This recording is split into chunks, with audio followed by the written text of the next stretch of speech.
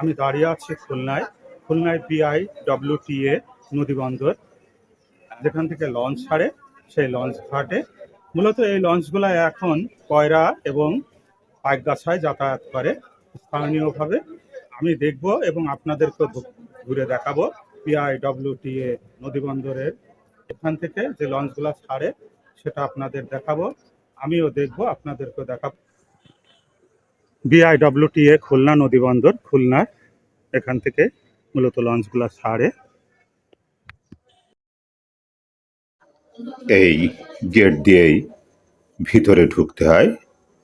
দুই পাশের দৃশ্য দেখতে দেখতে সামনের দিকে এগিয়ে যাচ্ছি। লঞ্চগুলো এসে দাঁড়িয়ে রয়েছে, দেখতে পাচ্ছি এটা হলো লঞ্চ ঘাট। এই নদীটি ভৈরব নদী। এই নদীটি এখান থেকে 1 কিলোমিটার গিয়ে জেলখানার ওখানে গিয়ে মিলিত হয়েছে। ওটা আবার রূপসা নদী, আর এটা হচ্ছে ভৈরব নদী। অনেকগুলা লঞ্চ এখানে আছে।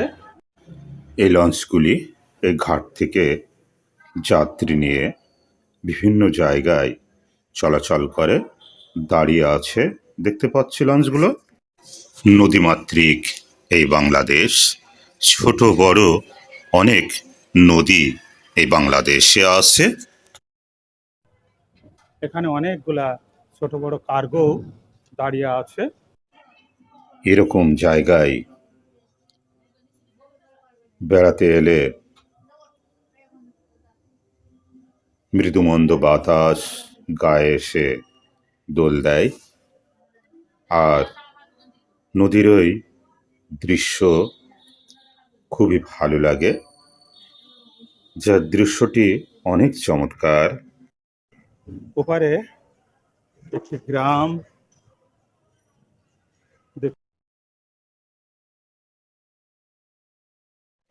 ওই পারে ছোট ছোট গাছ, নৌকা নিয়ে মাঝি চলে যাচ্ছে তার গন্তব্যে। কি সুন্দর দৃশ্য, চোখটা জুড়িয়ে যায়।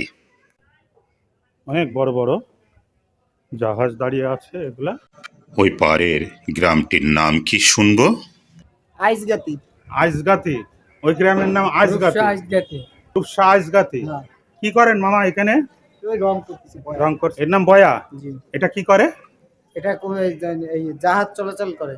এটা পানির ভিতরে দিক নির্দেশনা করবে। আর ওই যে গোল মতন ওইটা কি? ওটাই নোঙ্গর।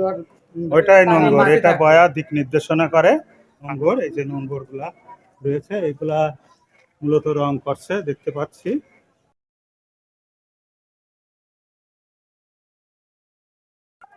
এটা ভৈরব নদী, একজনের কাছ থেকে শুনলাম।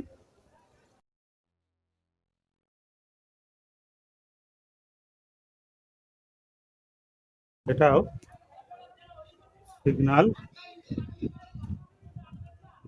দেওয়াটা, এই যে পানির ভিতরে ভেসে থাকে, আর এটা রং করা হচ্ছে।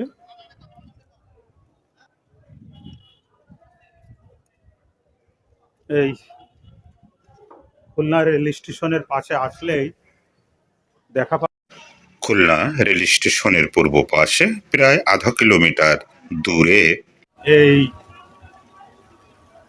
জাহাজ ঘাট দেখতে পারবেন।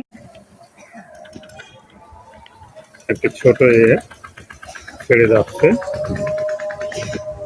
কি সুন্দর দেখতে।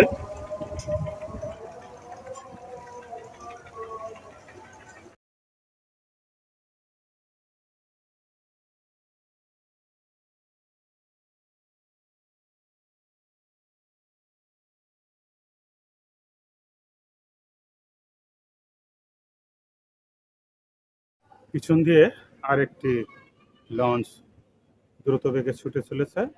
বন্ধুরা, ঘুরে দেখা শেষ হলো লঞ্চ ঘাট। আবারও যে কোনো দিন যে কোনো সময় দেখা হবে, কথা হবে।